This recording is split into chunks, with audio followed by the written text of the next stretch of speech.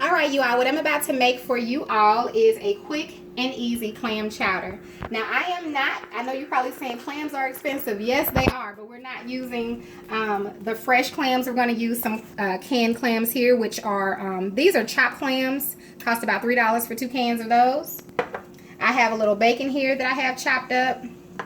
I have a little flour, and the bacon is optional. You all know that. You don't have to have the bacon. The flour is going to help to thicken up our juices there. I have a little chopped celery here. This is my chopped onion as well as my fresh chopped garlic. I have a little butter that we're going to need, as well as my half and half. Now we're going to go ahead and get started. The first thing I want to do is add my bacon. If you're not adding bacon, then you skip this step. And what I'm going to do is I'm just going to cook this bacon until it is done. All right, so as you can see, the bacon is done. That didn't take long at all. Just takes a couple of minutes. And somebody asked me about this cooking spatula. This is a spatula that can is heat resistant. So, you know, you can use it in your pots and pans.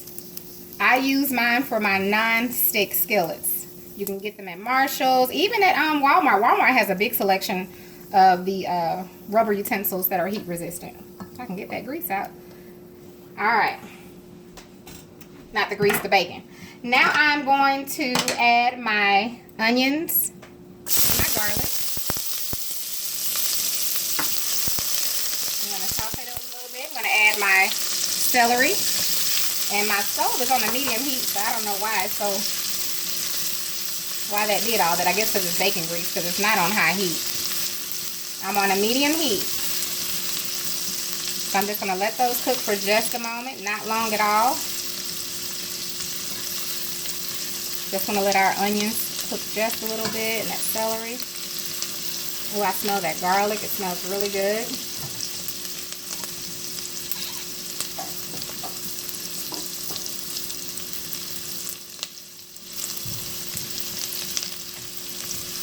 All right.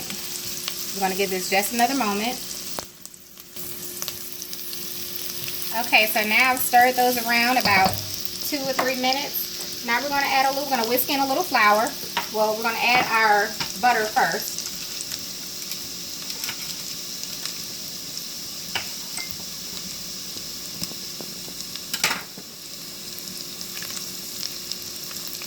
And let that melt on down.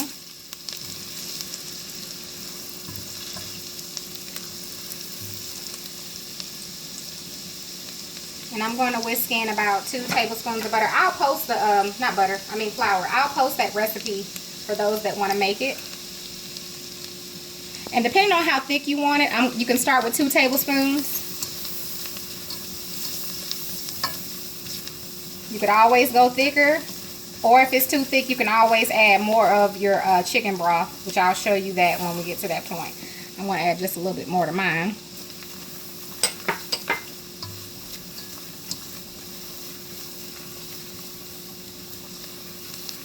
Alright, now we're going to go ahead and add our chicken broth. And I have just 1 small can here, as you can see.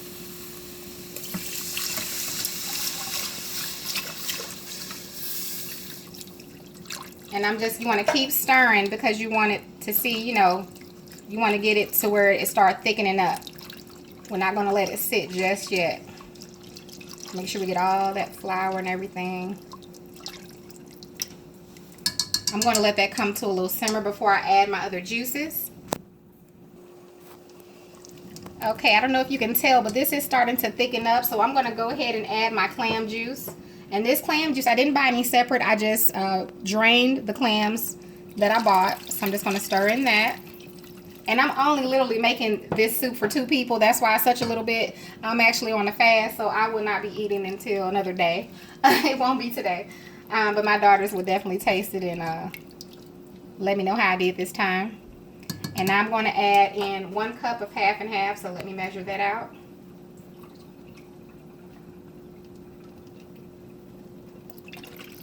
And you can use whipping cream or you can use milk. That is totally up to you.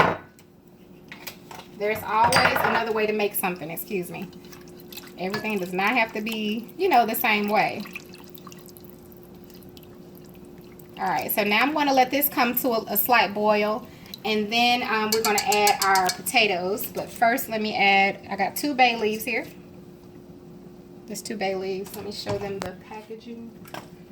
Pretty sure you all know what bay leaves are, but they just come in a little package there. And I only added 2. You only need really 1, but I'm going to add 2 to mine. So I'm just going to let that come to a boil before we add our potatoes. All right, as you can see, I've allowed it to come to a boil, so I have not done anything else. And you can see that it's kind of thick. And this is pretty much the consistency that I would want my clam chowder soup. So I'm not going to add any more anything. That's perfect the way that is. The last thing I want to do, well, it's not the last thing, but the next thing I'm going to do is add the potatoes. I just chopped up some russet potatoes. Just kind of diced them up there.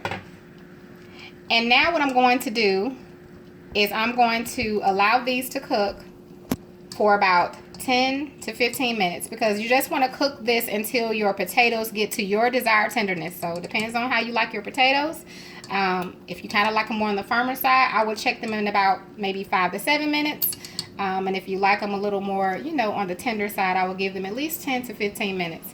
So we'll just let those cook until my desired tenderness for the potatoes. Okay, you all, so I have let this cook, and I did stir it every couple of minutes. My potatoes needed about 15 minutes, and I'm going to show you why. For my desired tenderness, I'm going to pull one of them up. I just got a little toothpick here, stuck it in there, as you can see. So that's how I like mine. So they are good and tender enough for me, and I know they'll be good for the kids since I can't have any of this go around. All right, so the next thing we're going to do is we have our clams here that I drained. So I'm just going to go ahead and pour those in there. Okay, sorry, I had to have my daughter taken out the room. She wants to be in the video. All right, so now we're just going to stir the clams in. The clams are already cooked, and we don't want to overdo it. So all we're going to do is stir them in for just about a minute or two, just so they can get warmed up. I'm going to also add in the bacon from the beginning. I'm going to add that in. And just keep in mind, the bacon is optional. You do not have to use it. I can go ahead and remove those bay leaves too. I'm pretty sure we got that flavor, so I'm going to take those on out. Where's my other one?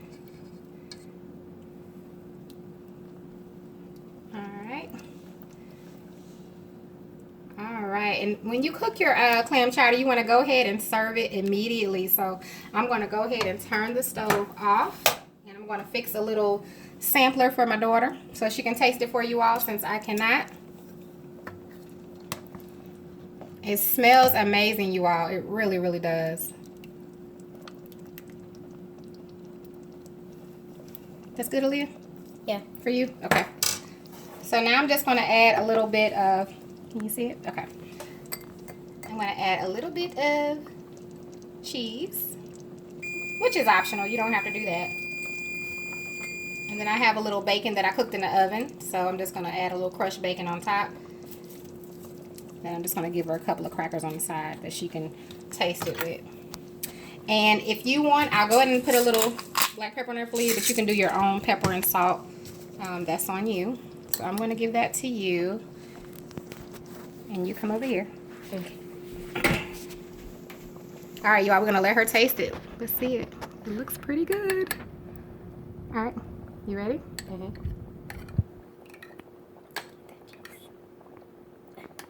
Trying to get a piece of potato.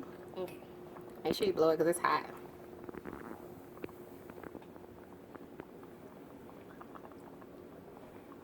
Ooh, it tastes good. Mm-hmm.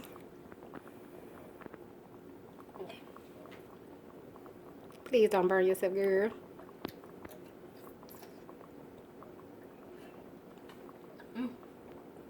You like it?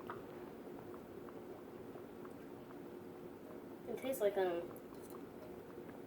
does it taste like? It tastes like soup. Well, it's clam chowder. All right, so there you have it, you all. So I am done. I thank you all so much for joining me to make this deliciousness. I sure wish I could have some, but I'll get some next time. And you all have a wonderful, blessed day. Inbox me if you have any questions. God bless.